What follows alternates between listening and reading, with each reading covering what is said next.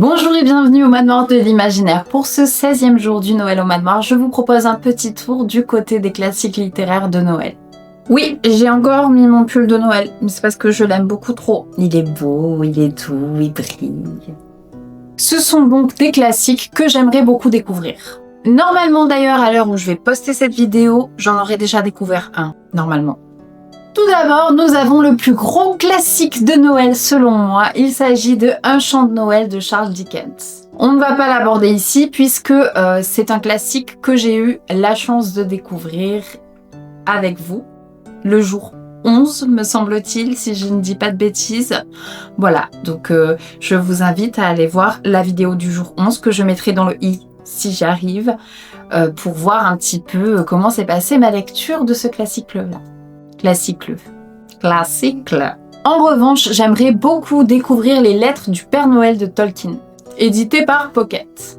On ne présente plus cet auteur. Je pense qu'il est inutile de le présenter puisqu'il est quand même à l'origine du merveilleux univers du Seigneur des Anneaux. Alors j'ai trouvé le concept de ce livre incroyable parce que Tolkien, tous les ans en fait, il écrivait à ses enfants de la part du Père Noël. C'est beaucoup trop mignon comme idée, j'ai presque envie de la lui piquer, mais encore faudrait-il avoir un enfant pour ça. En gros, dans ce recueil, ils ont compilé toutes les lettres qui nous donnent un petit récit de la vie du Père Noël.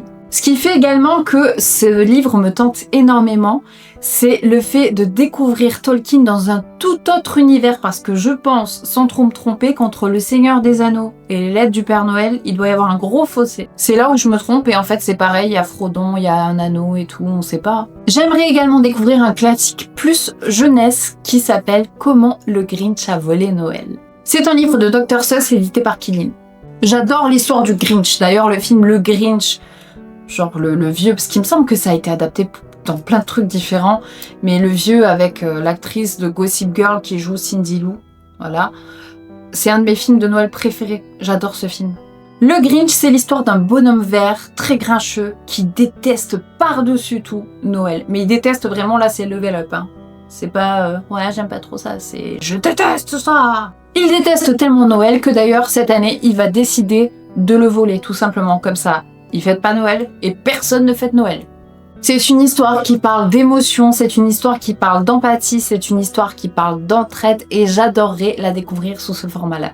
Et enfin, que serait Noël sans La petite fille aux allumettes de Hans Christian Andersen. J'ai d'ailleurs dans ma wishlist aussi cette sublimissime version illustrée par Benjamin Lacombe aux éditions Albin Michel. En soi, je l'ai déjà lu.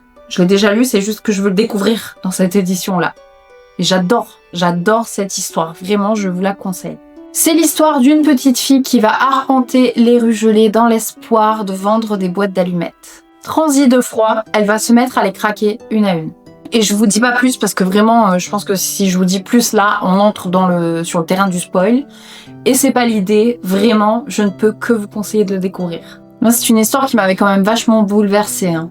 Je trouvais ça trop triste. Mais beau et triste, enfin voilà, tristement beau. J'espère que ce petit tour vers des classiques littéraires de Noël vous a plu. N'hésitez surtout pas à me dire si j'en ai oublié, parce que j'en ai certainement oublié de toute façon, je ne les connaissais pas tous. Donc voilà, si vous en avez certains à citer, n'hésitez pas. Je vous dis à demain au Manoir de l'Imaginaire.